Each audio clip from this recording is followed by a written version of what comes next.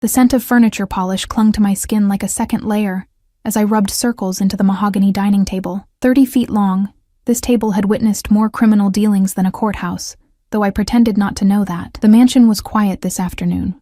Too quiet, with only the occasional footsteps of security personnel patrolling the grounds, disturbing the silence. Outside, rain tapped against the floor-to-ceiling windows, blurring the view of the immaculate gardens that surrounded Victor Castellanos' estate. I wasn't supposed to be in this room. The main dining hall was typically cleaned by Mrs. Petrovich, but she had called in sick, and I had been reassigned. 3 months working as a maid in this fortress of a home, and there were still rooms I'd never entered. The thought made me shiver despite the warmth of the day. You missed a spot. The voice froze me in place, low, controlled, with that slight Italian accent that became more pronounced when he was angry. I hadn't heard him enter. I never did. Victor moved like a predator, silent and deliberate. "I'm sorry, Mr. Castellano," I said, not turning around. "I'll get it right away." I felt him approach, rather than heard him. The air in the room seemed to shift, molecules rearranging themselves to accommodate his presence. My heart hammered against my ribs as he stopped directly behind me. "Look at me when I speak to you, Olivia." Slowly, I turned. At 34, Victor Castellano commanded the largest criminal enterprise in the city, yet looked more like he belonged on the cover of a business magazine. Dark hair cut precisely, stubble that never quite became a beard framing a jaw that could have been carved from marble, but it was his eyes that held me captive. Dark as midnight, and just as full of secrets. "This is your first time cleaning this room." Not a question. "Yes, sir." "Mrs. Petrovich is ill." He studied me, gaze traveling from my face down to my hands, still clutching the polishing cloth. I fought the urge to hide them. 3 months of scrubbing and polishing had left them red and rough, nothing like they'd been when I worked at the hospital. "You've done well," he said finally.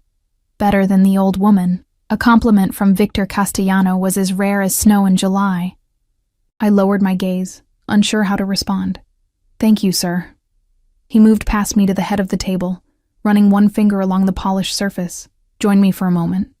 Again, not a question. I glanced at the clock on the wall. I still had 3 more rooms to clean before my shift ended. "Sir, Sit, Olivia." I sat in the chair he pulled out, 3 spaces away from the head of the table. Close enough to hear him speak without raising his voice, but far enough to maintain the distance between employer and employee. Or so I thought. Victor slid into the chair directly beside me instead, the scent of his cologne, something expensive and woody, enveloping me. Up close, I could see the faint scar that ran through his right eyebrow, and the slight shadow of stubble along his jaw. "How long have you been with us now?" he asked, though I knew he was well aware of the answer. 3 months, sir. And before that, you were a nurse at St. Mary's Hospital." My stomach tightened. I'd never mentioned my previous job to him. "Yes, sir. Pediatric unit, specialized in neonatal care." His eyes never left my face. Quite a change, wouldn't you say? The air in my lungs seemed to evaporate. How much did he know? Did he know about Ryan? About what had happened? About why I needed to disappear into a job where no one would think to look for me? "I needed a change," I said carefully. Victor leaned back in his chair, the picture of relaxed authority. But I knew better. Nothing about this man was ever truly relaxed. "A nurse with your qualifications could find work anywhere, yet you chose to clean my home for minimum wage." I gripped my hands together beneath the table. "The pay is fair, Mr. Castellano." A smile ghosted across his lips. "Fair, perhaps, but not what you're worth." Before I could respond, the double doors to the dining room swung open. Angelo, Victor's head of security, strode in. His gaze landed on me before shifting to his boss, confusion evident. "Sir, Marconi is here." Victor's expression didn't change, but something in the air did. The temperature seemed to drop several degrees. "I told you I wasn't to be disturbed," he said, his voice eerily quiet. Angelo's face paled. "He insisted, boss. Says it's about the shipment from Calabria." Victor sighed, a sound so normal it seemed out of place coming from him. He stood, buttoning his suit jacket in one fluid motion. "Wait here, Olivia. We're not finished." I watched him leave, Angelo following a half-step behind. The door closed with a soft click that echoed in the vast room. I should have returned to work, should have finished polishing the table and moved on to the library as scheduled. Instead, I remained seated, heart pounding. Victor Castellano had never singled me out before, had barely acknowledged my existence beyond the occasional nod when passing in the hallway. Now, suddenly, he knew my employment history, my specialization. 5 minutes passed, then 10. When it became clear he wouldn't return quickly, I stood and gathered my cleaning supplies. Whatever game he was playing, I couldn't afford to be a part of it. Not with Ryan depending on me, not with everything I'd sacrificed to keep us safe. I was halfway to the door when it swung open again. Not Victor, but Marconi, a man I'd seen visiting the mansion several times, always with an entourage of hard-faced men who seemed more comfortable with guns than conversation. Well, well, he said, eyeing me with unconcealed interest. Victor's hiding the pretty ones in the dining room now? I lowered my gaze, trying to sidestep him. Excuse me, sir. I need to finish my work. He moved into my path, close enough that I could smell whiskey on his breath. What's your name, Bella? Please, I need to go, I said, clutching my cleaning caddy like a shield. Marconi chuckled, reaching out to brush a strand of hair from my face. No need to rush. Victor and Angelo will be arguing for at least another 10 minutes, plenty of time for us to get acquainted. I stepped back, but the massive dining table blocked my retreat. Mr. Castellano asked me to wait for him. Did he now? Marconi's eyes narrowed, something calculating replacing the lecherous look. Interesting. The boss doesn't usually concern himself with the help. My skin crawled as his gaze traveled down my body. I wore the standard uniform, black pants and a simple white button-up shirt, nothing revealing or provocative. Yet I felt naked under his scrutiny. Just passing through, Marconi murmured, more to himself than to me. He reached out again, this time gripping my arm. But perhaps I should find out what makes you special enough for Victor's attention. His fingers dug painfully into my flesh as he pulled me closer. I dropped my cleaning caddy, the clatter of bottles hitting the hardwood floor echoing in the vast room. Let go of me, I hissed, trying to wrench my arm free. Marconi's grip only tightened. Feisty. I like that. I believe she asked you to let go.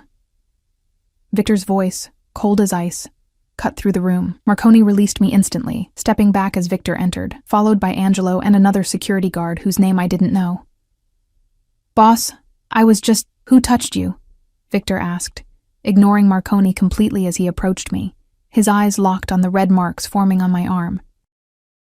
I swallowed hard, suddenly more afraid of the quiet rage in Victor's eyes than I had been of Marconi's unwanted advances. It's nothing, sir. Who touched you? Each word was a blade, sharp and precise. Before I could answer, Victor's hand shot out, gripping my wrist gently but firmly. He turned my arm, examining the marks, his face a mask of controlled fury. It was a misunderstanding, I said quickly, aware of how rapidly the situation was deteriorating. I'm fine, really. Victor's gaze never left my arm as he spoke. Angelo, escort Mr. Marconi to his car. Ensure he understands he's no longer welcome in my home. Marconi's face flushed with anger. Victor, over a maid, be reasonable. The Calabria shipment will proceed without your involvement, Victor finished, finally looking up. The expression on his face must have been terrifying, because Marconi actually took a step back. Consider our arrangement terminated. Angelo moved forward, hand resting ominously on the bulge beneath his jacket. Marconi looked from him to Victor, then back to me, understanding dawning in his eyes. She's not just a maid, he said slowly. Is she, Victor? The silence that followed was deafening. Victor's hand remained on my wrist, his thumb now making small, almost unconscious circles against my pulse point. Get him out, Victor said finally, his voice so quiet I barely heard it. As Angelo escorted a protesting Marconi from the room, Victor turned to me, his expression unreadable. Are you hurt?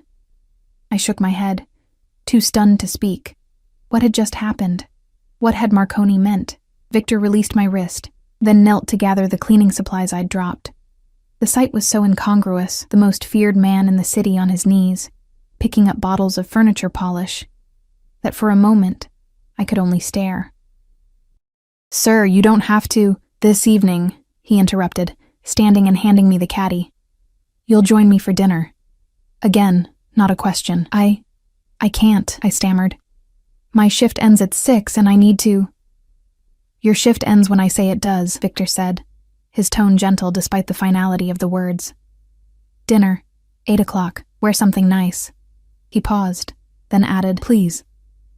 That, please, so unexpected, so at odds with everything else, rendered me speechless. I nodded, not trusting my voice. Victor's lips curved into a slight smile. Good. Now, I believe you have the library to clean next. Just like that, I was dismissed. I hurried from the room, mind racing with questions. How did he know my schedule? Why had he reacted so violently to Marconi touching me? And most importantly, what did he want from me? By the time I finished the library and the guest bathroom, rumors had already spread through the mansion like wildfire. The other staff avoided my eyes, conversation stopping abruptly when I entered a room. Only Maria, the head housekeeper, dared approach me as I gathered my belongings at the end of my shift. Olivia, she said quietly, her weathered face lined with concern. Be careful, yes. Mr. Castellano, he is not a man to be trifled with. It's just dinner, I said, not believing my own words. Maria's expression told me she didn't believe them either. Nothing is just anything with that man. 3 years I've worked here. Never once has he invited staff to dine with him. Then why me? The question escaped before I could stop it. Maria shook her head. I don't know, child. But by tomorrow the whole city will know you're not just his maid anymore. As I left the mansion, I felt the weight of dozens of eyes watching from windows, security cameras, and the dark SUVs that lined the circular driveway. Whatever game Victor Castellano was playing, I was now a central piece on his board. And I had no idea what the rules were. I lived in a small apartment 20 minutes from Victor's estate, in a neighborhood that wasn't dangerous enough to be truly unsafe, but wasn't nice enough to attract attention. Anonymity had been my goal when I'd moved here with Ryan 3 months ago, paying 6 months' rent in advance with the last of my savings. The apartment was quiet when I arrived home. Mrs. Patel from next door sat at my kitchen table, working on a crossword puzzle. She looked up when I entered, relief washing over her face. You're late today, she said, checking her watch. I was starting to worry. I'm sorry, I said, hanging my coat on the hook by the door. There was a situation at work. Mrs. Patel nodded, gathering her things. She watched Ryan for me while I worked. A blessing I couldn't afford but desperately needed. Ryan's been fed and bathed. He fell asleep about 20 minutes ago. I followed her gaze to the small crib in the corner of the living room, where my 10-month-old son slept peacefully, one tiny fist curled near his face. Something in my chest twisted painfully at the sight of him. Thank you, I whispered, walking Mrs. Patel to the door. I pressed $40 into her hand, more than I could spare, but less than she deserved. Too much, she protested, trying to hand some back. Please, I insisted. You're saving my life. After she left, I moved to the crib and watched Ryan sleep, his little chest rising and falling with each breath. Everything I'd done, leaving my job, my friends, my entire life behind, had been for him, to protect him from a father who saw him as property, not a person. A father whose family name carried enough weight to potentially win custody, despite a history of violence. I'd been naive, thinking Jack's family money and connections would provide security. By the time I realized the price of that security, my freedom, my safety, eventually Ryan's future, it was too late. I was pregnant and trapped in a relationship that had turned from charming to controlling to dangerous. The night Jack had pushed me down the stairs, I'd made my decision. 3 cracked ribs and a sprained wrist later, I'd filed a restraining order and disappeared, giving birth to Ryan in a hospital 3 states away, before eventually settling here, where no one knew us. Or so I'd thought. The memory of Victor's words echoed in my head. Pediatric unit, specialized in neonatal care. How had he known? Had Jack found me? Was Victor connected to him somehow? My heart raced as I glanced at the clock.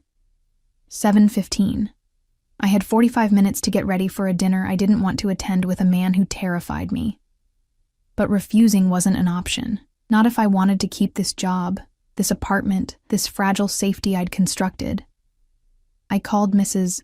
Patel again, hating myself for asking more of her, but seeing no alternative. She agreed to return immediately, waving away my apologies. "Hot date?" she asked with a wink, as she settled back at my kitchen table. "Work thing," I muttered, disappearing into the bathroom. I stared at my reflection, hardly recognizing the woman who looked back at me. 3 months of stress and too little sleep had left shadows beneath my eyes. My blonde hair, once my pride, now hung limp around my face, desperately in need of a trim. I looked defeated. The thought angered me. I wasn't defeated. I'd survived Jack. I'd escaped. I'd built a new life for Ryan and me. I wasn't going to let Victor Castellano intimidate me, even if he was the most dangerous man in the city. I showered quickly, blow-dried my hair, and applied makeup for the first time in months.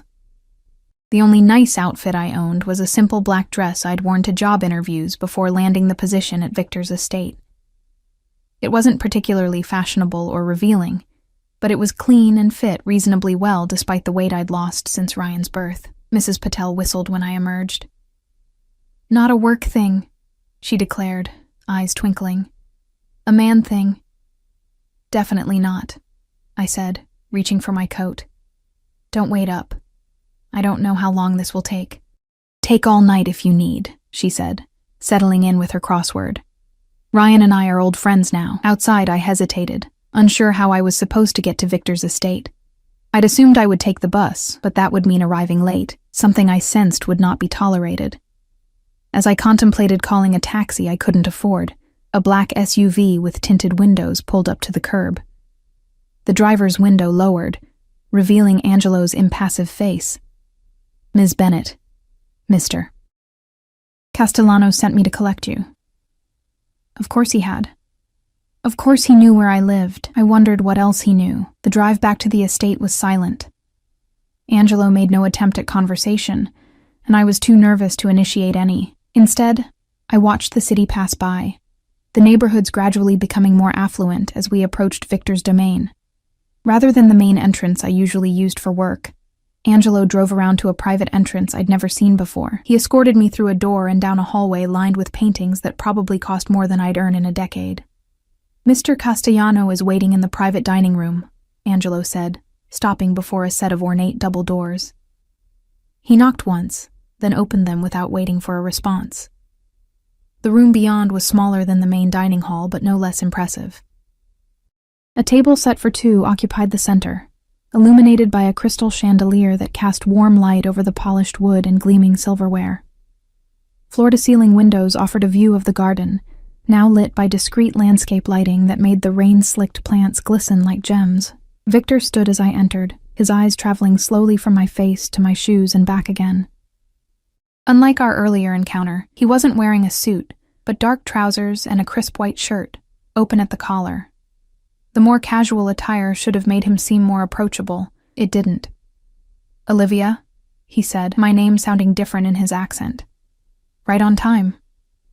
Angelo disappeared, closing the doors behind him. "I didn't have much choice," I said, before I could stop myself. A smile touched Victor's lips. "No, I suppose you didn't." He gestured to the chair across from his. "Please sit." I did, uncomfortably aware of how different this was from our earlier interaction at the dining table. Then, I'd been in uniform, clearly an employee.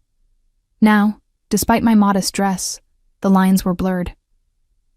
"Wine?" he asked, reaching for a bottle already open on the table. "No, thank you. Alcohol would only dull my senses, something I couldn't afford right now." Victor raised an eyebrow but didn't press. He poured himself a glass, the ruby liquid catching the light. "You're wondering why you're here, among other things. Ask, then." I hesitated, surprised by the invitation. "How did you know where I worked before? About my specialization?" Victor took a sip of his wine, watching me over the rim of his glass. "I know everything about the people who enter my home, Olivia. It's a matter of security. You didn't know about the others when they started," I countered. "Maria told me.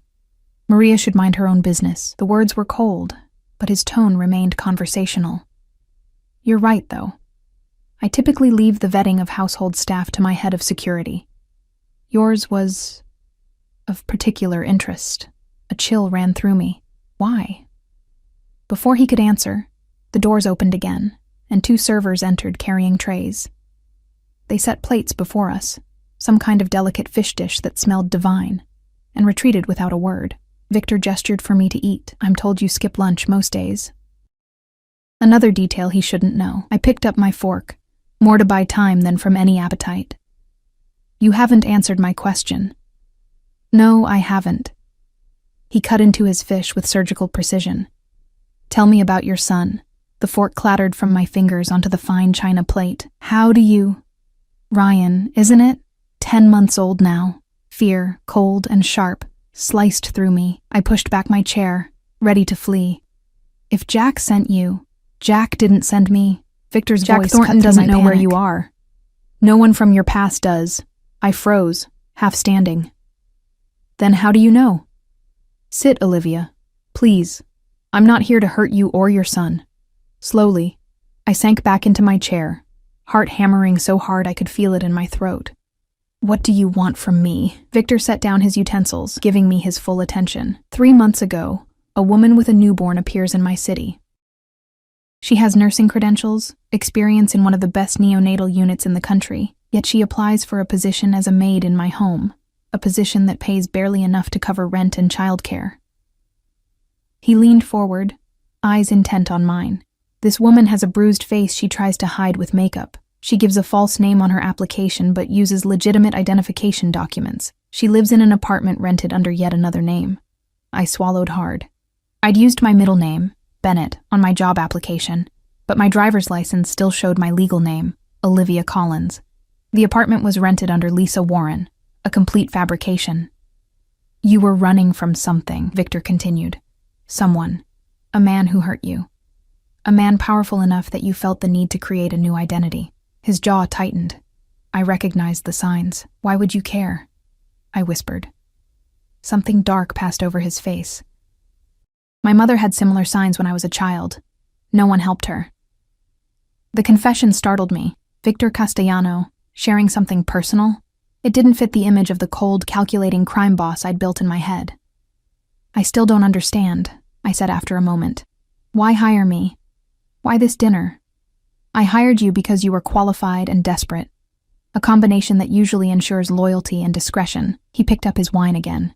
As for dinner, Marconi's actions today accelerated a timeline I hadn't planned to initiate yet. Timeline? I echoed, feeling increasingly lost. Your ex-husband's family has been making inquiries in the city, discreet ones, but inquiries nonetheless. Ice flooded my veins. He's found me? Not yet, but he will eventually. The Thorntons have resources, connections. How do you know about Jack's family? A smile with no humor. The Castellanos have been dealing with families like the Thorntons for generations, Olivia. Old money, political connections, veneer of respectability hiding rot beneath. I know exactly who they are. My mind raced. If Jack was looking in this city, it was only a matter of time before he found us. I needed to run again, start over somewhere new. But with what money? My savings were gone. What does this have to do with Marconi?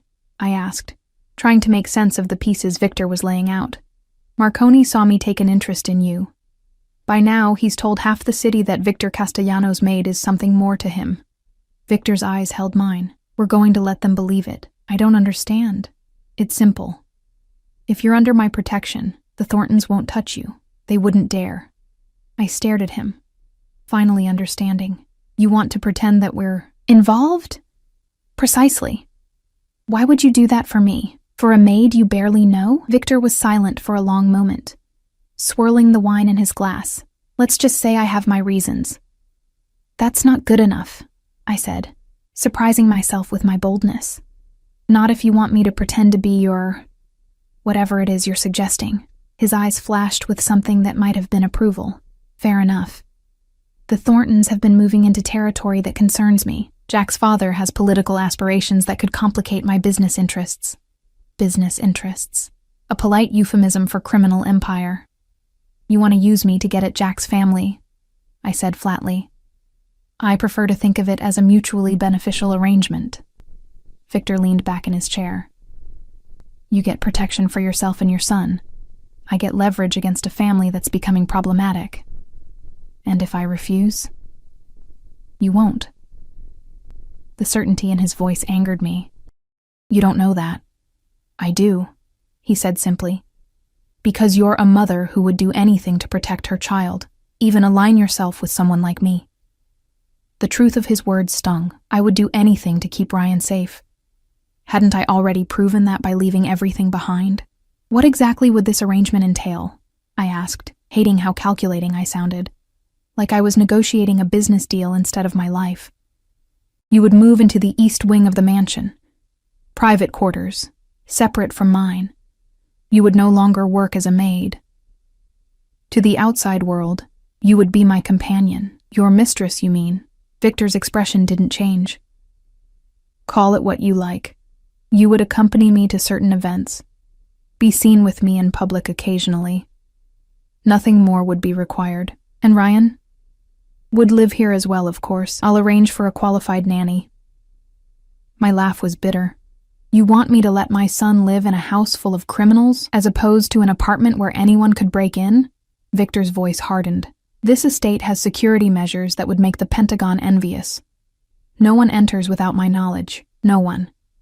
He had a point. But still. And what happens when you're done with this charade? When the Thorntons are no longer a problem? Then you'll be free to go, with enough money to start over properly. Somewhere the Thorntons will never find you. It was tempting. So tempting that I hated myself for considering it. Protection for Ryan, security I couldn't provide on my own. But at what cost? I need time to think, I said finally. Victor nodded, as if he'd expected this response. Of course. But not too much time, Olivia. The Thorntons are getting closer. As if to emphasize his point, my phone buzzed in my purse. I pulled it out, frowning at the unfamiliar number. May I? Victor asked, hand extended. Reluctantly, I passed him the phone. He read the text message, his expression darkening. What is it? I asked, fear clawing at my throat. Victor handed the phone back, his eyes meeting mine. It seems we've run out of time. Jack's father will be attending a charity gala at the Westmore Hotel tomorrow night. The same gala I'm expected to attend. I looked down at the message. Olivia? It's been too long. I hear you're in the city. We should catch up. I'll be at the Westmore tomorrow night. For Ryan's sake, I hope to see you there. Jack. How did he get this number? I whispered, panic rising. How does he know? The question isn't how, Victor said, standing and coming around to my side of the table. It's what happens next. He knelt beside my chair, bringing his face level with mine. Up close, I could see flecks of amber in his dark eyes. A small scar near his temple I hadn't noticed before. I can protect you, Olivia, you and your son. But only if you let me. In that moment, with Jack's threat hanging over me and my options disappearing like smoke, I made my decision. Perhaps it was desperation. Perhaps it was the unexpected gentleness in Victor's voice. Perhaps it was simply that, of all the dangerous men in my life, he was the only one who had offered protection instead of pain. All right, I said, my voice barely audible. I'll do it. Something like satisfaction flickered across Victor's face. He stood, offering his hand. Then let's get your son. Tonight, you both stay here. As he led me from the dining room, I couldn't shake the feeling that I'd just made a deal with the devil. The question was, would this devil prove better or worse than the one I was already running from? By morning, as Victor had predicted, the whole city would know I wasn't just his maid. What they wouldn't know was that I wasn't truly his anything, just a pawn in a game between powerful men, fighting to protect the only thing that mattered, my son. Morning sunlight streamed through windows larger than my entire apartment bathroom, painting golden rectangles across a bed that could have comfortably fit 4 people. I blinked, momentarily disoriented by the unfamiliar surroundings, the silk sheets, the plush carpet, the faint scent of jasmine from somewhere unseen. Then I heard Ryan's babbling from the adjoining room, and reality crashed back. I'd slept in Victor Castellano's mansion, in the East Wing, as promised, a suite of rooms that would have made a five-star hotel envious. Ryan had his own nursery, hastily but expertly prepared during our midnight move from the apartment. Someone had even brought his crib, his few toys, the blue blanket he couldn't sleep without. I slipped from the bed, my bare feet sinking into carpet thick enough to swallow them. The nightgown I wore wasn't mine. Silk, like the sheets, in a deep emerald that complemented my eyes. My clothes from the previous night had disappeared while I bathed Ryan, replaced by a closet full of garments I'd never seen before, all exactly my size. I found Ryan standing in his crib, bouncing excitedly and reaching for me. His face lit up when he saw me, a toothless smile that never failed to make my heart ache with love. "Good morning, little man," I whispered, lifting him into my arms.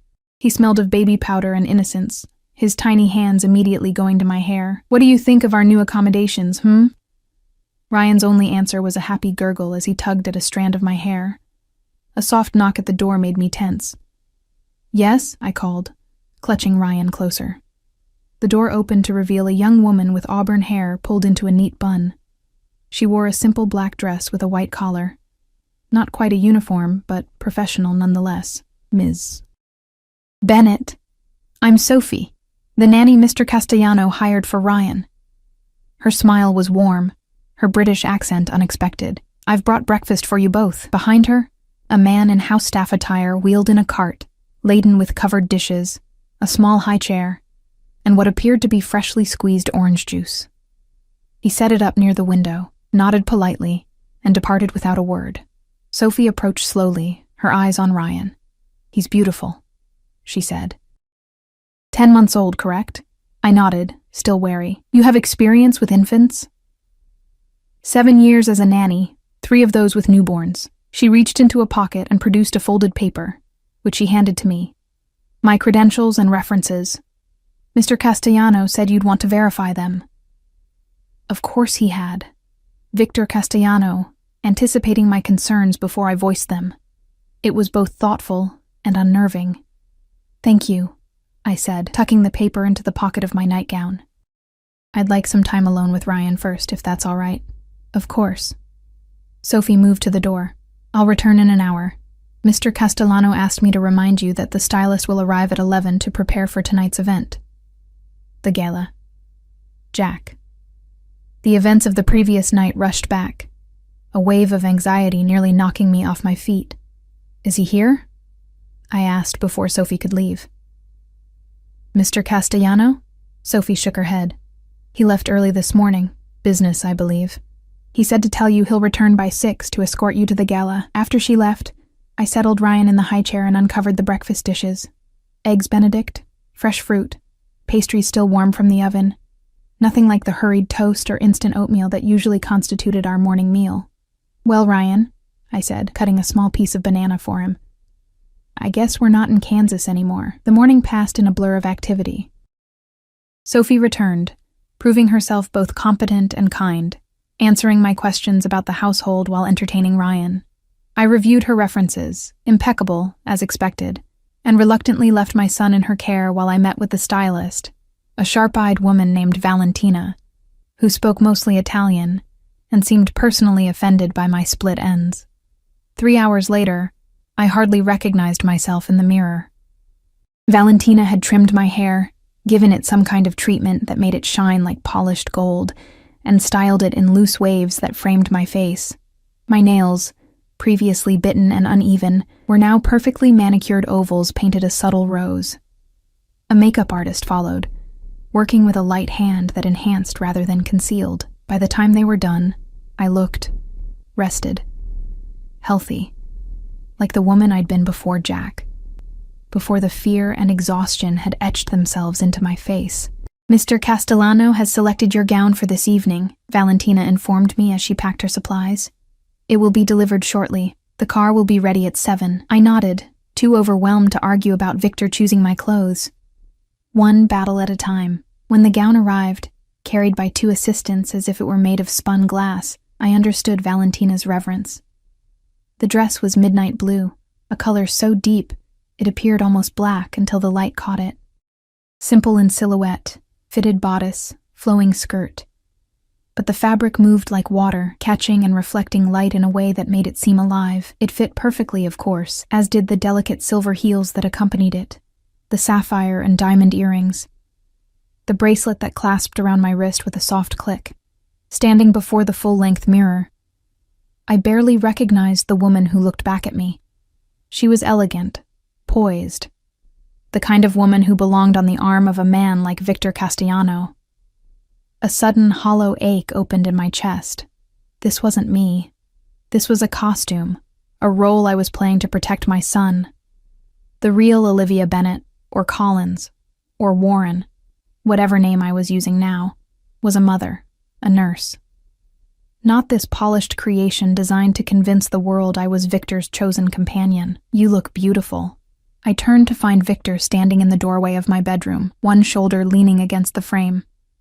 He wore a tuxedo that fit him like a second skin, his dark hair combed back, stubble groomed to perfect precision. A small blue flower adorned his lapel, the exact shade of my dress. "Thank you," I said, suddenly self-conscious under his scrutiny. "For the dress. For everything." Victor entered the room, closing the door behind him. "How's Ryan?" The question surprised me. "He's fine." "Sophie seems excellent." "She is. I had her thoroughly vetted." He moved closer, his gaze traveling over me in a way that wasn't exactly inappropriate, but wasn't entirely professional either. "The security team has been doubled. No one enters or leaves without my explicit approval." "What about Jack?" I asked, the name still difficult to say aloud. "What if he tries to—" "He won't," Victor interrupted, his voice hardening. "Not after tonight." "What does that mean? What are you planning?" Victor reached into his pocket and withdrew a small velvet box. "First, this." He opened it to reveal a ring, a large emerald surrounded by diamonds, set in what appeared to be platinum. It was ostentatious, eye-catching. Exactly the sort of thing a man like Victor would give a woman he wanted to show off. "I don't understand," I said, staring at the ring. "For tonight, you need to be more than just a woman I'm seen with." Victor removed the ring from its box. "You need to be someone untouchable." He took my left hand, sliding the ring onto my fourth finger. It was heavier than it looked, the emerald catching the light like a small green sun. "Your fiancé?" I guessed, staring at the ring. "My fiancé," Victor confirmed. "It's the safest position for you. No one touches what's mine, Olivia. No one." There was a possessiveness in his tone that should have frightened me. Instead, it sent an unexpected shiver down my spine. Not fear, but something more complex. "Jack won't believe it," I said. "He knows me. He'll know this isn't real." "It doesn't matter what he believes." Victor's thumb traced small circles on the inside of my wrist just above the bracelet. "It matters what he can prove, and he can prove nothing." I pulled my hand away, needing distance. "This is moving too fast. Yesterday I was your maid. Today I'm wearing a fortune in jewelry, pretending to be engaged to you." "Would you prefer I gave you less protection?" Victor asked, his voice mild but his eyes sharp. "No, of course not. It's just—" I gestured helplessly at the opulent room, the expensive dress, the ring that probably cost more than I'd earned in my entire life. "This isn't me." Victor stepped closer, close enough that I could smell his cologne. "For tonight, it is." "Can you handle that, Olivia?" There was a challenge in his voice, as if he were testing me. I lifted my chin, meeting his gaze directly. "I can handle anything for Ryan's safety." Something like approval flickered in Victor's eyes. "Good. Then there's one more thing you should know before we leave." "What?" "In public, I'm going to touch you." His voice dropped lower, the words almost intimate. "Nothing inappropriate, but enough to convince everyone that you're mine. That means my hand at your back, perhaps on your waist. I might kiss your cheek, whisper in your ear." My heart rate quickened. "I understand." "Do you?" Victor's gaze was intense, because for this to work, you can't flinch. Can't look uncomfortable or surprised. You need to respond as if we've been lovers for months. Lovers. The word hung between us, charged with implications I wasn't ready to examine. "I said I understand," I repeated, more firmly this time. "I can play a part, Victor, I've been playing parts my entire life. First the dutiful daughter, then the perfect girlfriend, then the submissive wife. Pretending to be Victor Castellanos' fiancée was just one more role, albeit the strangest one yet. Victor nodded, apparently satisfied. The car is waiting. He offered his arm and I took it, the gesture feeling oddly formal given the intimate conversation we'd just had. As we descended the grand staircase, staff members paused in their duties to watch us pass. Their expressions ranged from curiosity to outright shock. The maid transformed into Cinderella, on the arm of the most dangerous prince in the city. Outside, Angelo held the door of a sleek black Bentley. As Victor helped me into the back seat, his hand lingered on mine a moment longer than necessary, the first act in our performance. The drive to the Westmore Hotel was silent. I stared out the window, watching the city lights blur past, trying to calm my racing heart. In less than an hour, I would face Jack for the first time since I'd fled with our newborn son. The thought made me nauseous with anxiety. "You're trembling," Victor observed quietly. I looked down at my hands, surprised to find them shaking. "I'm sorry, don't apologize." Victor reached across the seat, taking my hand in his.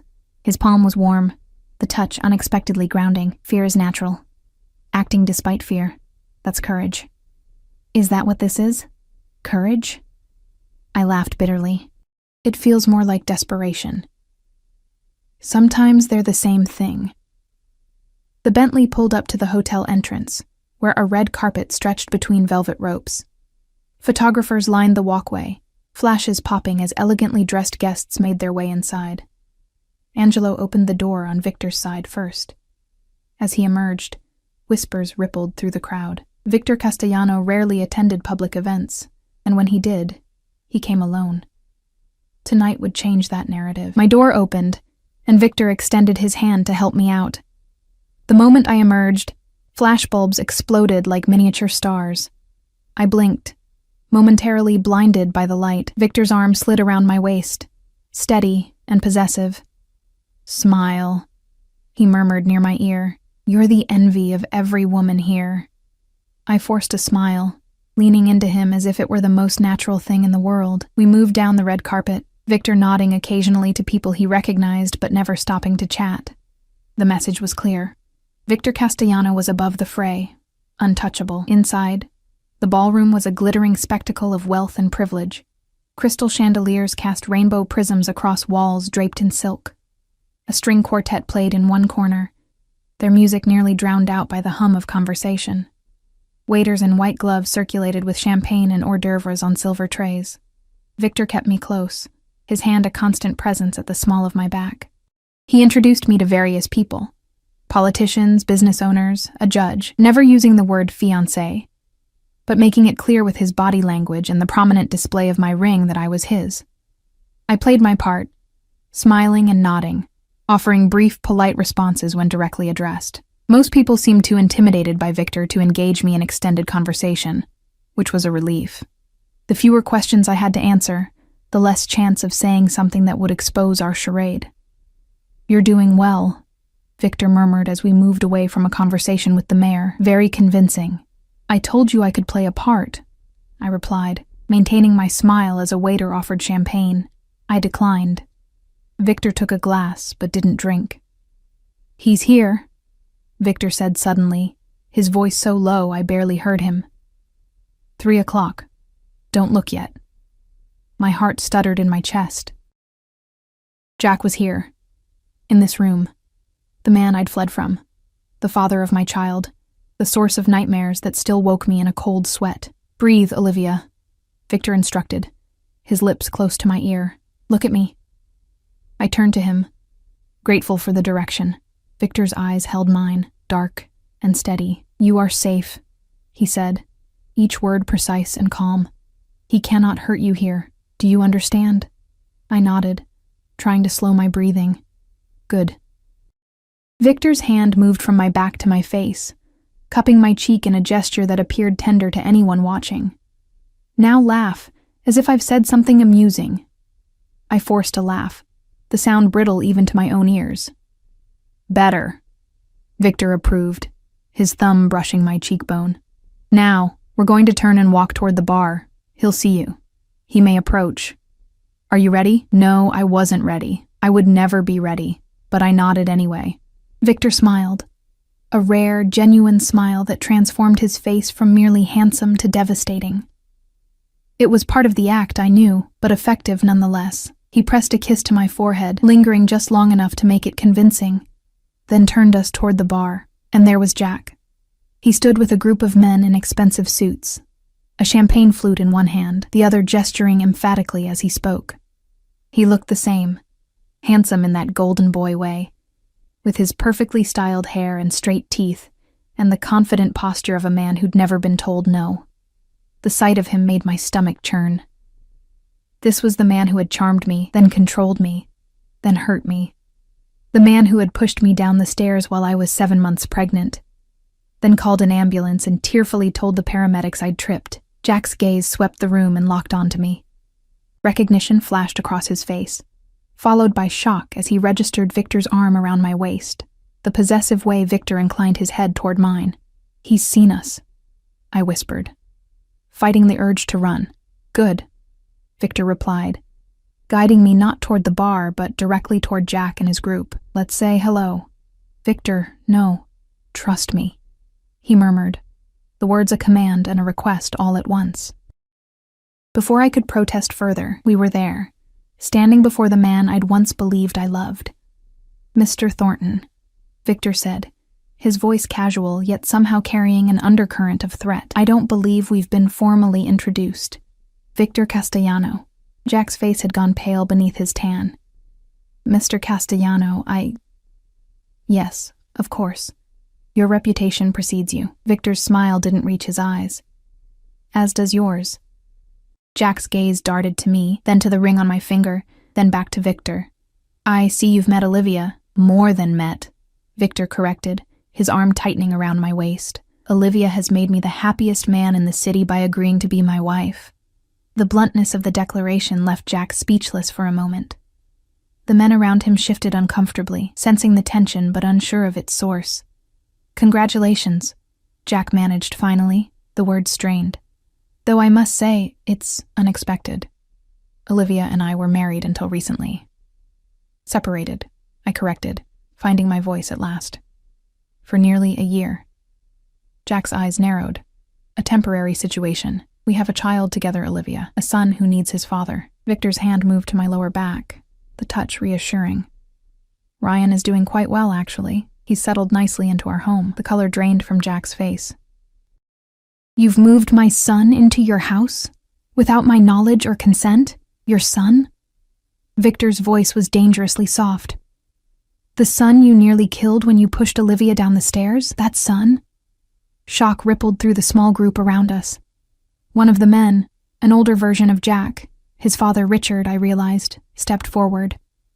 Mr. Castellano, perhaps this isn't the place for such personal discussions, he said, his voice placating. Victor ignored him, his gaze fixed on Jack.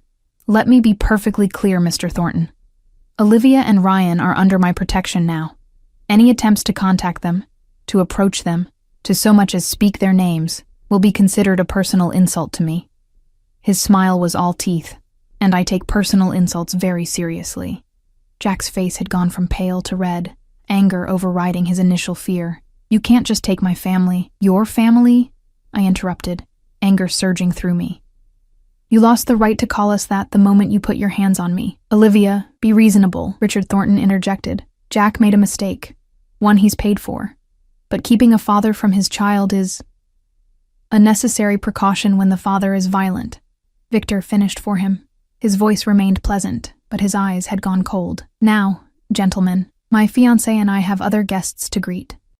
I trust we understand each other. Without waiting for a response, Victor guided me away, his hand firm at my back. I could feel Jack's eyes burning into me as we moved through the crowd. But Victor's presence, solid, imposing, kept me anchored. Breathe, Olivia, Victor reminded me as we reached a quieter corner of the ballroom. You did well. I realized I'd been holding my breath. I exhaled shakily, my hands trembling again. You outed him.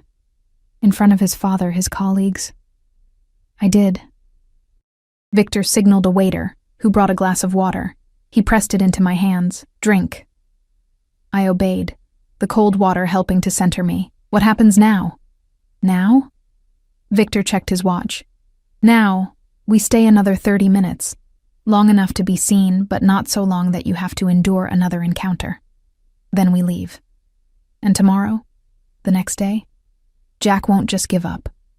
"No," Victor agreed, his expression thoughtful. "He won't. But he'll be more careful now, more subtle." Which means we continue as planned. You remain under my protection, in my home. We maintain the engagement fiction until the Thorntons are no longer a threat. I nodded, the weight of my new reality settling over me. For better or worse, my fate was now tied to Victor Castellanos.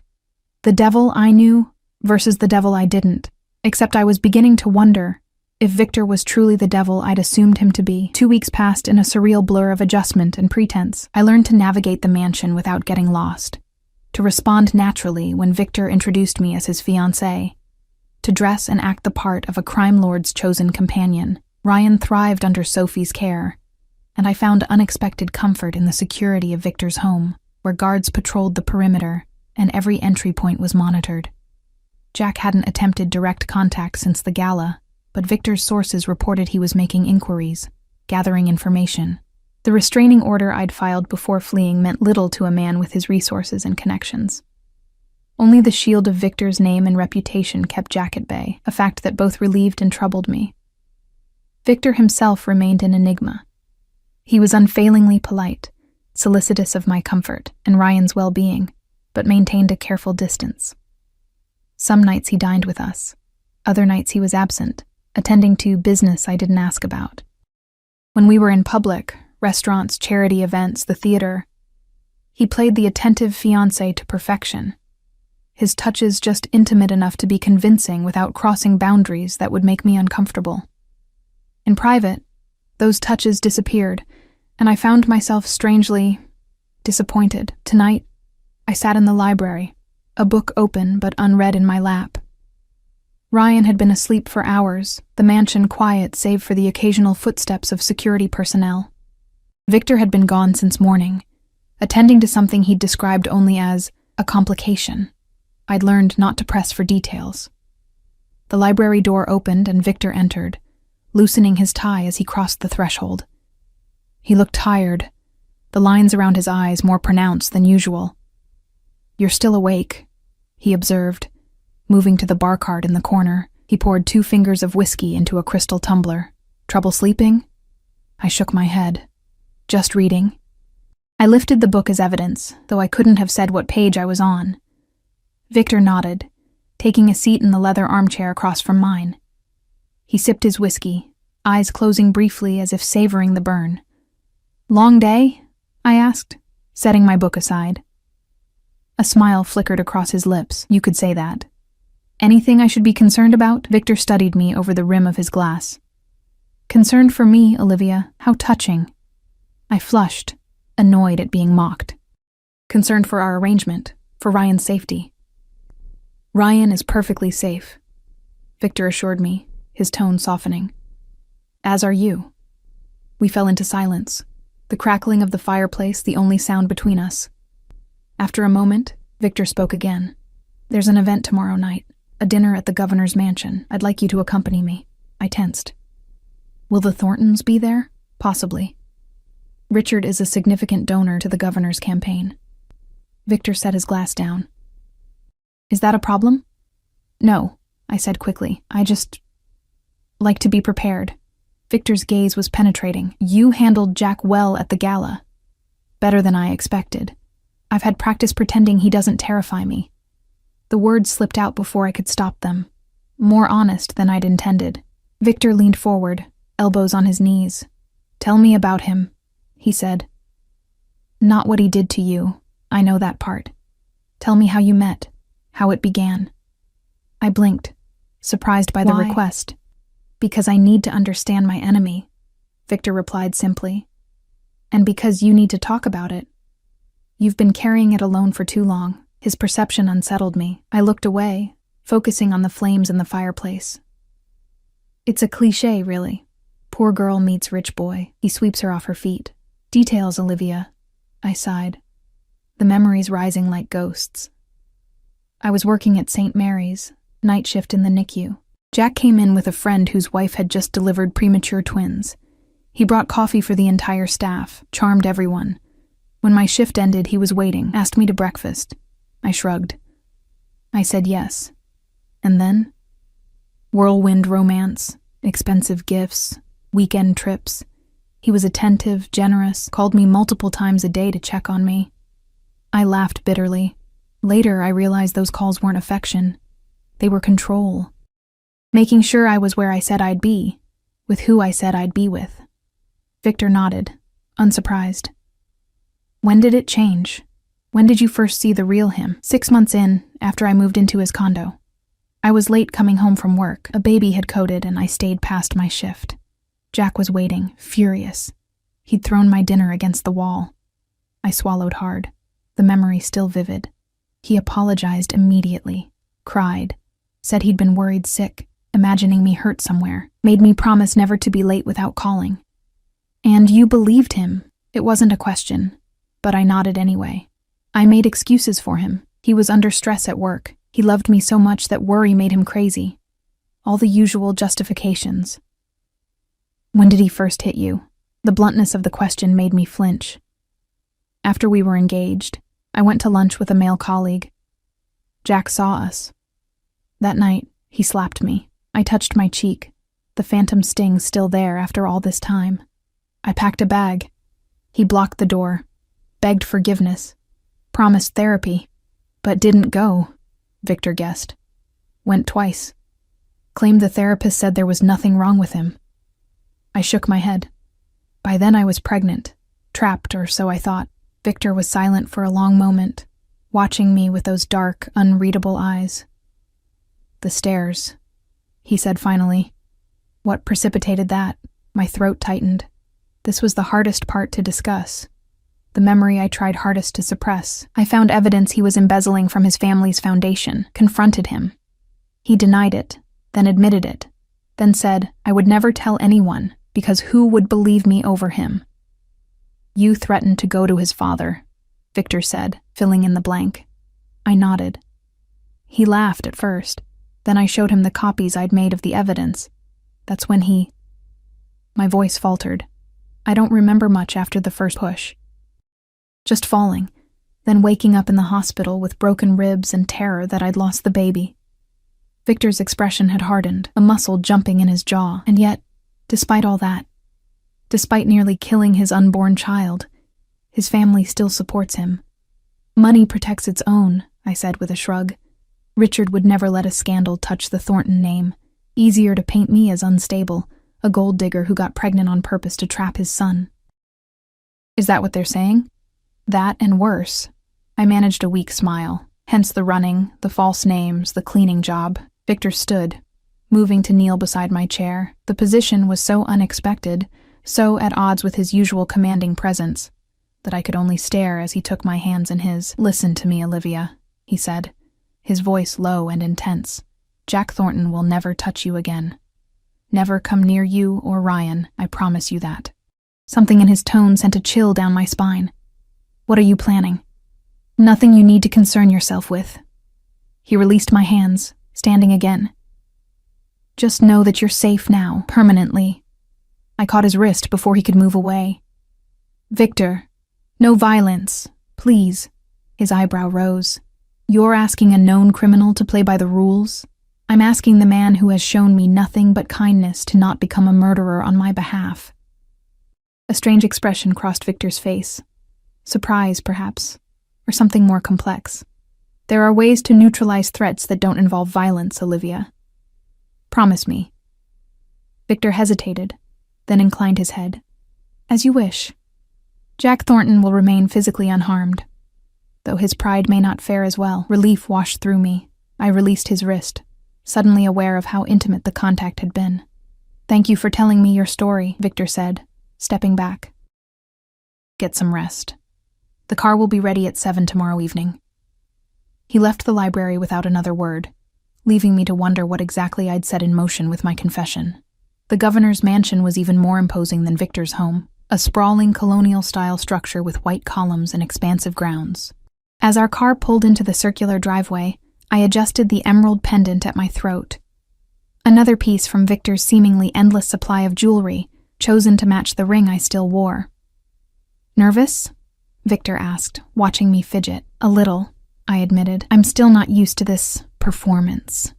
"You're doing remarkably well." He reached across the seat, straightening the lapel of my midnight blue blazer. The outfit, tailored pants and a matching blazer over a silk camisole, was more understated than the gowns I'd worn to previous events, but no less expensive. "Remember, tonight is about connections. The governor is a reasonable man who values discretion. His wife, less so. Avoid her if possible. Anything else I should know?" Victor's lips quirked. "The salmon will be overcooked. Always is. Choose the beef." The unexpected bit of normalcy, Victor Castellano with opinions about catering, made me laugh.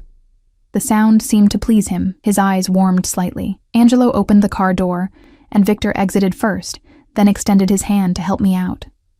As we walked up the steps to the mansion's entrance, his hand settled at the small of my back. A touch I'd come to expect, even anticipate. Inside, the mansion buzzed with the controlled energy of powerful people in close proximity. Governors, judges, business leaders, old money and new, all circulating beneath crystal chandeliers, discussing deals and donations in hushed tones. Victor guided me through the crowd with practiced ease, introducing me to people whose names I immediately forgot. I smiled and nodded, playing my part as the adoring fiancé. For tonight, at least, the Thorntons were nowhere to be seen. "Victor Castellano," a voice boomed from behind us. "About damn time you showed your face at one of these things." We turned to find a barrel-chested man with a shock of white hair and the florid complexion of someone who enjoyed good scotch, perhaps too much. The governor, I realized. "Governor Matthews," Victor greeted him, his tone respectful but not deferential. "Thank you for the invitation." "Wouldn't take no for an answer this time," the governor chuckled, his gaze shifting to me. "And this must be the fiancé everyone's talking about." Victor's arm slipped around my waist. "Olivia Bennett, Governor Matthews."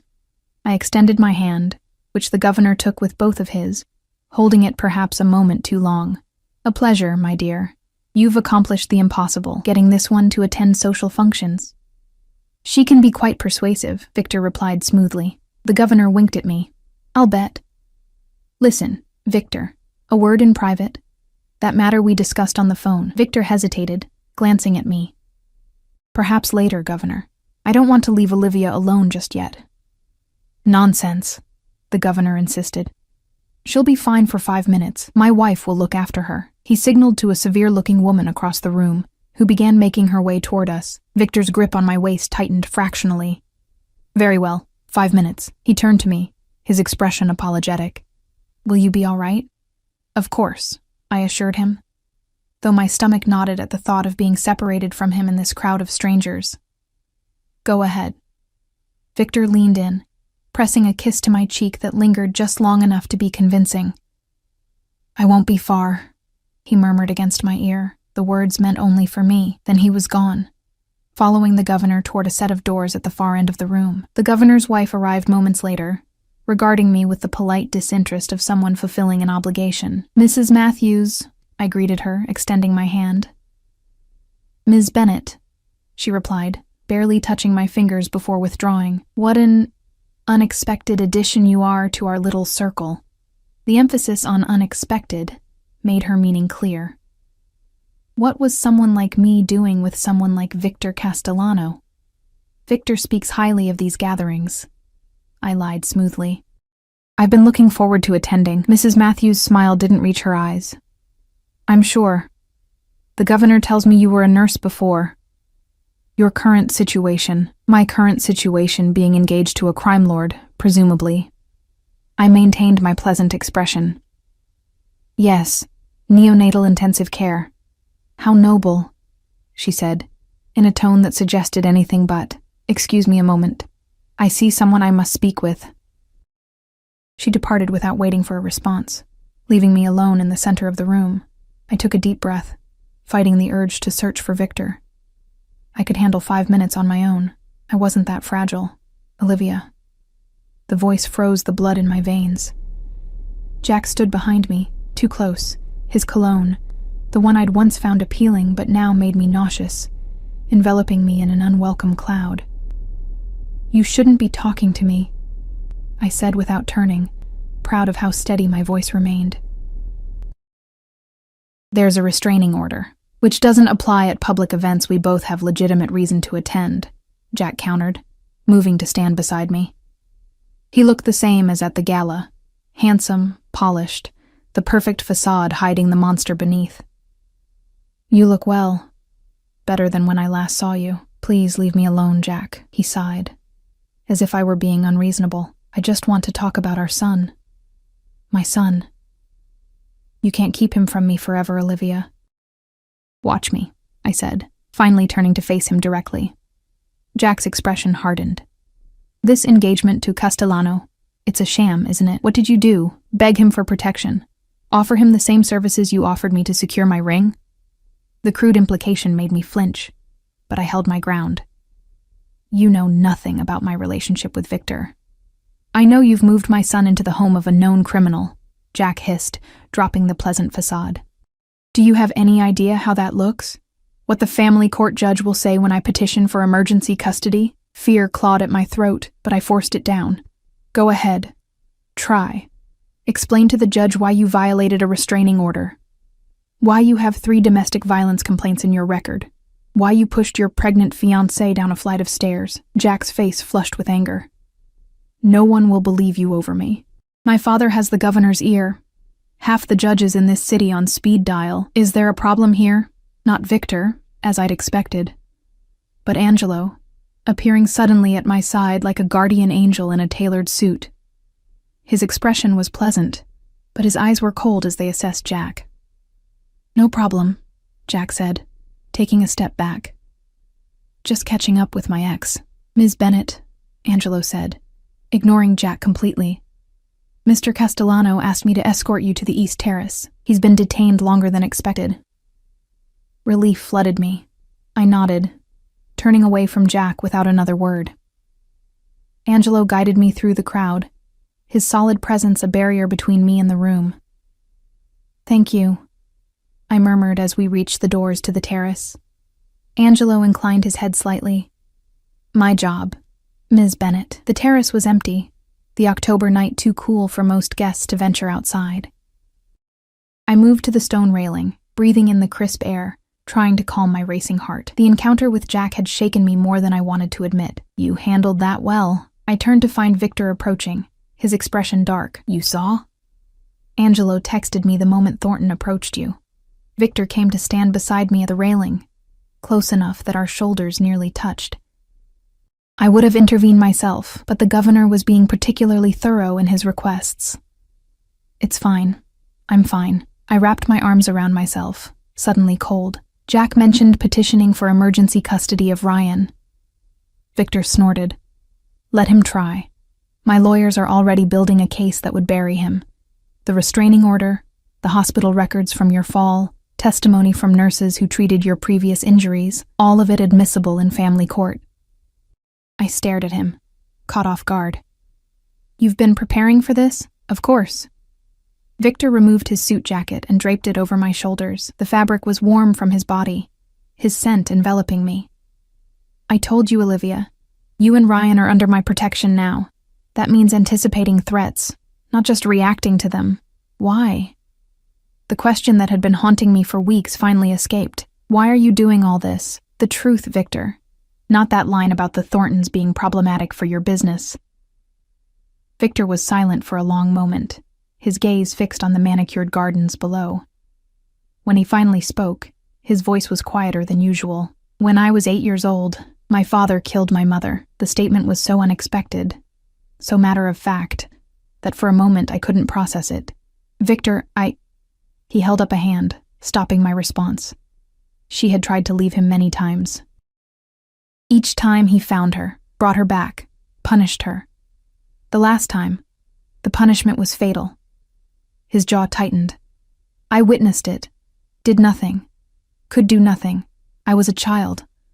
Horror washed through me. "I'm so sorry." Don't be. It was a long time ago. Victor turned to face me, his expression carefully controlled. But I made a promise that day, that I would never be like him, that I would never harm those weaker than myself, that I would protect those who couldn't protect themselves. Even if you had to break other laws to do it, I said softly, understanding dawning. A ghost of a smile touched his lips. Even then, the world isn't black and white, Olivia. Sometimes good people do bad things for the right reasons. Sometimes bad people do good things for selfish ones. I've made peace with the ambiguity of my choices. I studied him in the dim light of the terrace, seeing him, truly seeing him, for perhaps the first time. Not just the dangerous crime boss, not just the calculating protector, but a man shaped by trauma and determined to forge his own path through a complicated world. Thank you, I said finally, for telling me, for helping us. Victor reached out, tucking a strand of hair behind my ear. The gesture was so gentle, so at odds with the violence his hands were capable of, that it made my breath catch. We should return inside, he said, dropping his hand. Before your absence generates more gossip than it already has. I nodded, but neither of us moved. We stood there, facing each other in the cool night air, something unspoken passing between us. Not part of our charade, not for the benefit of watching eyes, but something real and unexpected. Victor's phone buzzed, breaking the moment. He checked it, his expression darkening. We need to leave. Now. What's wrong? Alarm surged through me at the sudden change. Angelo just received word that someone attempted to breach the security at the mansion. Victor was already guiding me toward the doors, his hand firm at my back. Ryan is safe. They never got close. But I want to return immediately. Fear clenched my heart. Jack? Unknown at this point, Victor said grimly. But we'll find out. And they will regret it. The mansion's security room was like something from a spy film, wall-to-wall monitors displaying feeds from dozens of cameras positioned around the estate. Victor stood at the center, radiating cold fury as Angelo replayed the security footage. On the largest screen, a shadowy figure scaled the garden wall, only to freeze as floodlights activated. The intruder bolted, escaping before security could apprehend them. The timing suggests prior knowledge of our attendance at the governor's event, Victor said, his voice dangerously calm. The breach occurred precisely when we would be away. Angelo nodded grimly. Attempted entry was near the east wing. Ms. Bennett's quarters. My quarters, where Ryan slept. Cold dread washed through me. How did they know where my rooms were located? Victor's expression darkened further. An excellent question. He turned to Angelo. Review staff movements for the past 2 weeks. Phone records, visitors, unusual behavior. Someone gave information to our intruder, already in progress, Angelo confirmed. And Ms. Bennett and Ryan, move them to my wing, tonight. The declaration caught me off guard. Your wing? But it has enhanced security, Victor cut me off, his tone brooking no argument. Separate entrance codes, additional guards. It's the safest place in the mansion. I wanted to protest, but couldn't argue with his logic. Ryan's safety came first. All right. Victor's gaze softened slightly. It's temporary, Olivia, until we identify who's behind this. But we both knew who was behind it. Jack might not have scaled the wall himself, but his fingerprints were all over this attempt. Within hours, my belongings and Ryan's nursery had been relocated to a suite adjoining Victor's private quarters. The rooms were even more luxurious than my previous accommodations. All dark woods and rich fabrics, masculine but not oppressively so. A connecting door led directly to Victor's rooms, though it remained firmly closed. Ryan slept through the move, blissfully unaware of the danger that had crept close to our sanctuary. I envied his peaceful ignorance as I paced the new rooms, too wired to sleep despite the lateness of the hour. A soft knock at the main door startled me. I opened it to find Victor, still in his shirt and trousers from earlier, though he'd discarded the tie and unfastened the top buttons of his shirt. May I come in? He asked. Uncharacteristically deferential, I stepped aside, allowing him to enter. He moved to the center of the room, hands clasped behind his back. A posture I'd come to recognize as his thinking stance. We've identified the security breach, he said without preamble. One of the kitchen staff was approached 3 days ago. Offered $10,000 for information about your routines, your location in the house. My stomach dropped. Who approached them? Not Jack directly, someone working for him. Victor's jaw tightened. The staff member has been dealt with. I didn't ask what that meant. Some questions were better left unasked. What now? I wrapped my arms around myself, suddenly chilled despite the room's warmth. Now we end this. Victor's voice was quiet, but held an edge of finality. I've been patient, Olivia. Respected your wish that Jack remain physically unharmed, but he's escalated the situation by targeting my home, endangering my... He paused, seeming to search for the right word. My family. The word hung between us, heavy with implications. Were Ryan and I truly Victor's family now? Or just possessions he was protecting? What are you planning? I asked, tension coiling in my chest. Nothing illegal, as per your request. Victor moved to the window, gazing out at the night. But I'm done playing defense. Tomorrow, we take the fight to him. How? Victor turned back to me, his expression resolute. Do you still have evidence of his embezzlement? The copies you mentioned? I nodded slowly. In a safety deposit box, in another city, under another name. I kept it as insurance. I need it. Victor, I don't want to be responsible for... You won't be, he interrupted. This is my decision, my responsibility, but I need that evidence. I hesitated, torn between fear of what Victor might do and trust in his promise not to physically harm Jack. Finally, I nodded. I'll call the bank tomorrow. Good. Victor approached me, close enough that I could smell his cologne, see the faint stubble darkening his jaw. One more thing. What? We need to make our engagement more visible, public, undeniable.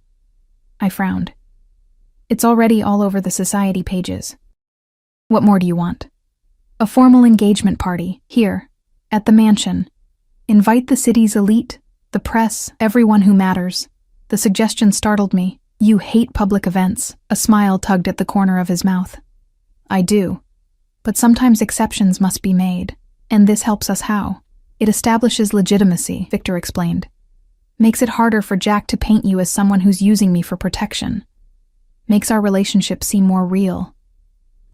It isn't real, I reminded him, the words coming out harsher than intended. Something flickered in Victor's eyes. Hurt? No, impossible. Victor Castellano didn't get hurt by words. Reality is perception, Olivia, he said finally, and we need the perception to be flawless. He was right, of course. The more convincing our charade, the safer Ryan and I would be, but the line between pretense and reality was blurring more each day, and I wasn't sure where that left me emotionally. When? I asked, conceding the point. Saturday, 3 days from now. Victor reached out, brushing his knuckles lightly across my cheek, a touch so unexpected it made me shiver. Get some rest. Angela will accompany you to the bank tomorrow. He left before I could respond, the door closing softly behind him. I stood frozen in place, my cheek still tingling from his touch, wondering when exactly the game we were playing had become something more. The next 3 days passed in a whirlwind of preparation. Victor spared no expense for the engagement party. Florists transformed the mansion's ballroom into a lush garden. Caterers prepared a menu that would make 5-star restaurants envious, and a small army of staff polished every surface until the entire house gleamed. Through it all, Victor was conspicuously absent. He left early each morning and returned late, offering only vague explanations about arrangements and tying up loose ends. The safety deposit box contents, files detailing Jack's systematic theft from his family's charitable foundation, had been handed over to Angelo without comment. Part of me feared what Victor planned to do with that information. The other part, the part that still woke in cold sweats from nightmares of Jack's hands around my throat, didn't care. Saturday evening arrived, and with it a stylist to prepare me for the party.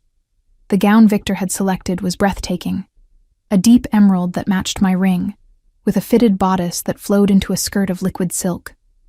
My hair was arranged in an elegant updo, my makeup subtle but enhancing. The woman in the mirror looked like she belonged in Victor Castellano's world, polished, confident, beautiful. a far cry from the frightened nurse who had applied for a maid position 3 months earlier. "You look stunning," Sophie said from the doorway. Ryan balanced on her hip. My son wore a tiny tuxedo, his blonde hair combed neatly to one side. "Doesn't Mommy look pretty, Ryan?" Ryan babbled happily, reaching for me with chubby hands. I took him from Sophie, careful not to wrinkle my dress. "Thank you for getting him ready." "My pleasure." Sophie smiled. "Mr. Castellano asked me to bring him down for a few photos before the guests arrive. If that's all right with you?" "Photos." Another piece of evidence for our fabricated love story. I nodded. "Of course." Downstairs, Victor waited in the grand foyer, striking in a black tuxedo that fit him perfectly. He turned as we descended the stairs, his expression changing when he saw us, softening in a way I'd rarely witnessed. "There they are," he said, stepping forward to meet us at the bottom of the staircase. His eyes traveled from my face to my dress and back again. "You look exquisite, Olivia." "Thank you," I said, oddly breathless under his gaze. "You clean up well yourself." Victor's lips curved in a smile. He reached for Ryan, who went to him willingly. My son had taken to Victor with surprising ease, fascinated by the deep voice and strong hands that handled him with unexpected gentleness. "The photographer is waiting in the library," Victor said, adjusting Ryan on his arm with practiced ease. "Just a few pictures for the society pages." The next half hour was surreal. Victor and I posing with Ryan, looking for all the world like a real family. Victor's arm around my waist, my head tilted toward his shoulder. Ryan giggling between us. The photographer coaxed genuine smiles from us, capturing moments that, in another life, might have been treasured family memories instead of carefully constructed evidence. "Perfect," the photographer declared finally. "These will be beautiful, Mr. Castellano." Victor nodded in dismissal, and the man packed up his equipment. Sophie stepped forward to take Ryan back upstairs. He would make a brief appearance at the beginning of the party, then return to the nursery for the evening. As Sophie departed with my son, Victor turned to me, producing a velvet box from his pocket. One last touch. Inside was a necklace, emerald surrounded by diamonds, matching the ring on my finger. Without asking, Victor moved behind me, fastening it around my neck. His fingers brushed my skin, lingering a moment longer than necessary. "There," he said softly. "Now you're perfect." Our eyes met in the mirror before us, and something passed between us, an acknowledgement of the strange intimacy we'd developed, playing these roles that were beginning to feel less like roles and more like something else, something neither of us had anticipated. The moment was broken by Angelo's arrival, announcing that the first guests had arrived. The ballroom filled quickly, politicians, business leaders, celebrities, all curious to see the woman who had captured Victor Castellano's heart. I played my part flawlessly, my hand in Victor's, smiling and greeting guests as if I'd been born to this life of privilege and power. Victor remained close, his arm around my waist, occasionally pressing kisses to my temple or whispering in my ear. Little gestures that appeared loving to observers, but were often just practical communications. "The man approaching is the district attorney. Be polite but vague." Or, "The woman in red is a gossip columnist. Say nothing substantive." Halfway through the evening, as we circulated among the guests, Victor suddenly stiffened beside me. I followed his gaze to the entrance, where Richard Thornton stood with his wife. Jack was noticeably absent. "I didn't invite them," Victor murmured, his grip on my waist tightening. "Then why are they here?" I whispered back, anxiety coiling in my stomach. "Let's find out." Victor guided me toward the Thorntons, his expression pleasant but eyes cold. "Mr. and Mrs. Thornton, what a surprise." Richard Thornton was a distinguished-looking man in his 60s, with Jack's coloring but sharper features. His wife, a brittle blonde whose face showed evidence of multiple cosmetic procedures, eyed me with barely disguised contempt. "Victor," Richard greeted him with forced cordiality. "We received word of your engagement celebration and felt we should pay our respects, given the complicated situation." "How thoughtful," Victor replied, each syllable dripping with insincerity. "Though I don't recall sending you an invitation." Richard's smile never wavered. "The governor mentioned it. We're old friends, as you know." "Of course." Victor's thumb traced small circles on my lower back. a subtle gesture of reassurance. Well, you're here now. Enjoy the champagne. It's excellent. He made to steer me away, but Richard stepped into our path. Actually, I was hoping for a private word. A matter of some importance. Victor raised an eyebrow. Whatever you have to say can be said in front of my fiancé. It concerns my son, Richard said, his gaze flicking to me briefly, and certain accusations being circulated. Ah. So Victor had already begun using the embezzlement evidence. I maintained my neutral expression, though my heart raced. Perhaps my office would be more appropriate, Victor conceded after a moment. He turned to me. Olivia, would you mind? Not at all, I said, forcing a smile. I'll circulate. Victor pressed a kiss to my cheek, whispering in my ear, Angelo will stay with you. This won't take long. As the men departed, Mrs. Thornton regarded me with thinly veiled hostility. You've certainly landed on your feet, haven't you? From nurse to criminal's whore in a few short months. The crudeness of the attack startled me. Mrs. Thornton, don't, she cut me off. Don't pretend this is anything but what it is, you latching onto the most dangerous man you could find to spite my son. I took a deep breath, reminding myself that causing a scene would only damage the image Victor and I had worked to create. I understand you're upset, but... You've ruined my son's life, she hissed, leaning closer. First with those ridiculous abuse allegations, then by taking his child, and now this... spectacle. She gestured at the party around us. What did Castellano offer you that Jack couldn't? More money? Power?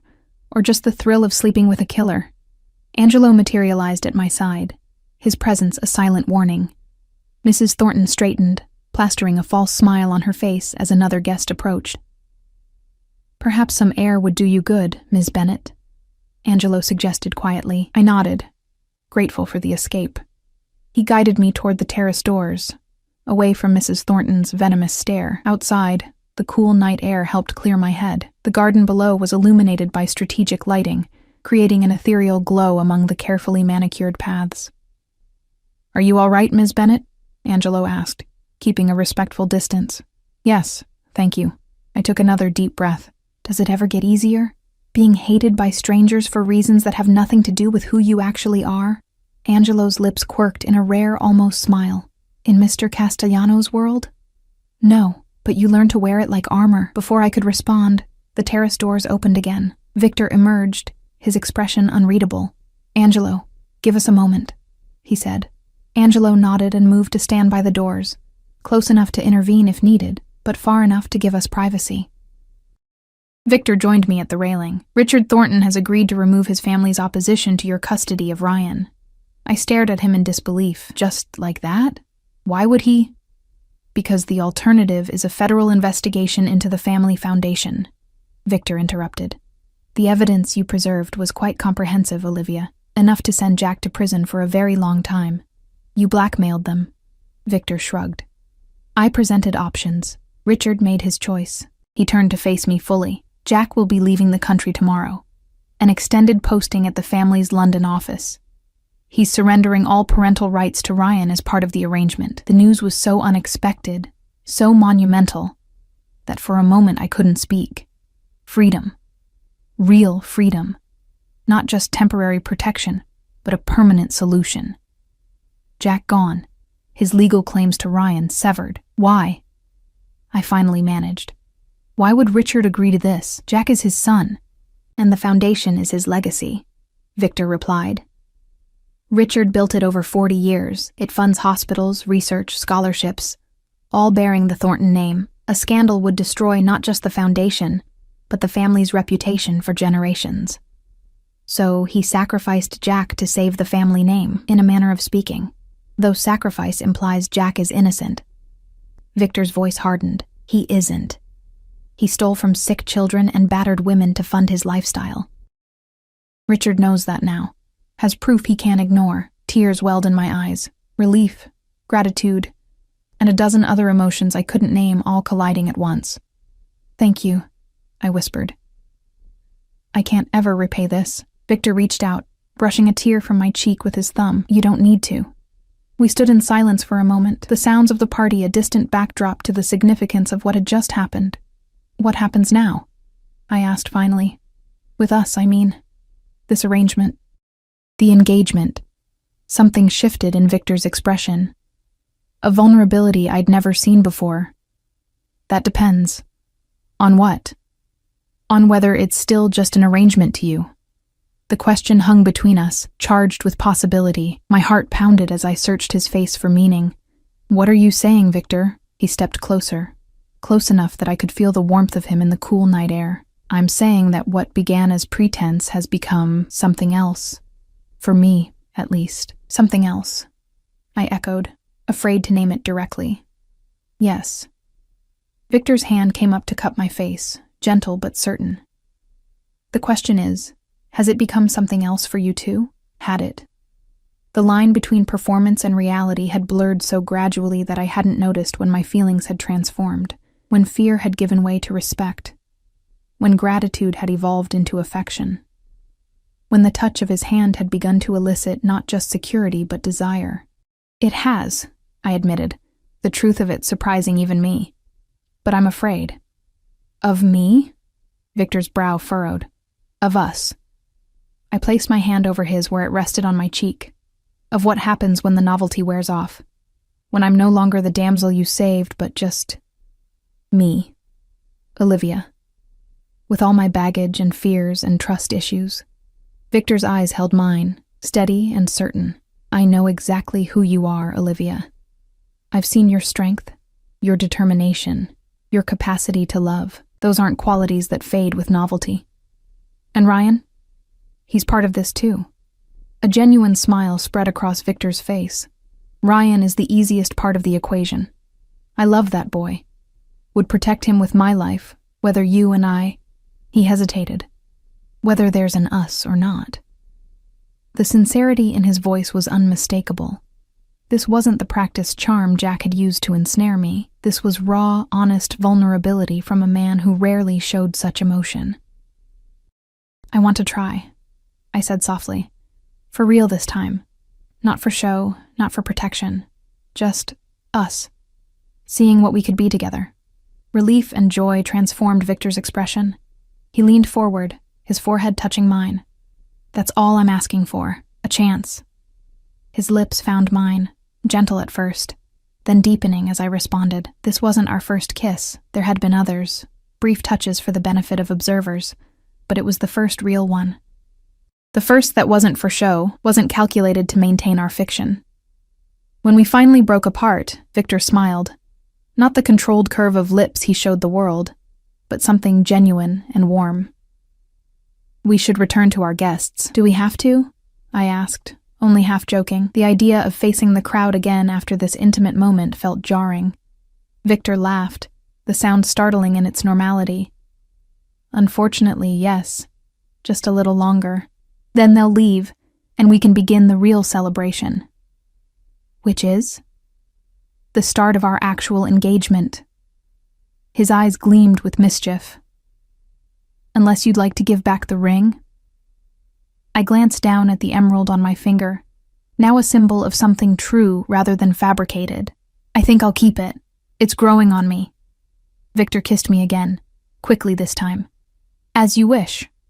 As we returned to the ballroom, Victor's arm around my waist felt different. Not possessive for show, but genuinely protective, genuinely affectionate. The guests, the music, the champagne, all of it seemed brighter, more vibrant now that the shadow of Jack had been lifted, and the pretense between Victor and me had transformed into something authentic. Mrs. Thornton watched us from across the room, her expression sour as she noted our clasped hands, the genuine smile on my face. For once, I didn't care about her judgment, or anyone else's. Let them think what they wanted. The truth was better than any fiction we could have created. Later that night, after the last guest had departed and Ryan slept peacefully in his nursery, Victor and I stood in the moonlight of his private balcony, his arms wrapped around me from behind as we gazed at the city lights in the distance. "No regrets?" he asked softly, his breath warm against my ear. I turned in his arms, meeting his gaze. "Not one. You saved us, Victor, not just from Jack, but from a life of running, of looking over my shoulder. You saved yourself, he countered. I just provided resources. And protection. And a home. I reached up, tracing the line of his jaw. And somewhere along the way, love. The word hung between us, new and fragile but undeniable. Victor's eyes darkened with emotion. Love, he repeated, as if testing how the word felt in his mouth.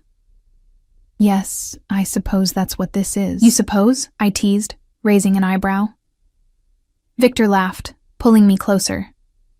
I know. I've known since that first night at the governor's gala, when you faced Jack without flinching.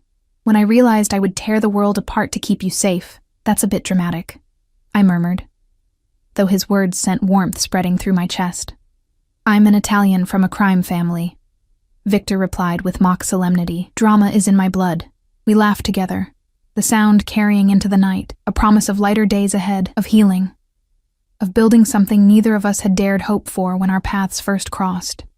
Later, as we lay together in the quiet darkness of Victor's room, now our room, I thought about the strange path that had led me here. From terror to safety, from pretense to truth, from isolation to family. Victor's arm tightened around me, as if sensing my thoughts. Sleep, Olivia, he murmured, his voice heavy with contentment. Tomorrow is the first day of our real life together. And as I drifted toward sleep, I realized he was right. The charade was over. The fear was gone. What remained was something neither of us had planned, but both of us had found. Love, in the most unexpected place. No longer his maid, no longer his pretend fiancé, but truly his partner. And he, no longer my protector by arrangement, but by choice, by love. The whole city had known I wasn't just his maid. Now they would know I was so much more. His equal, his love, his family. And this time, it wouldn't be a performance for safety's sake. It would be real.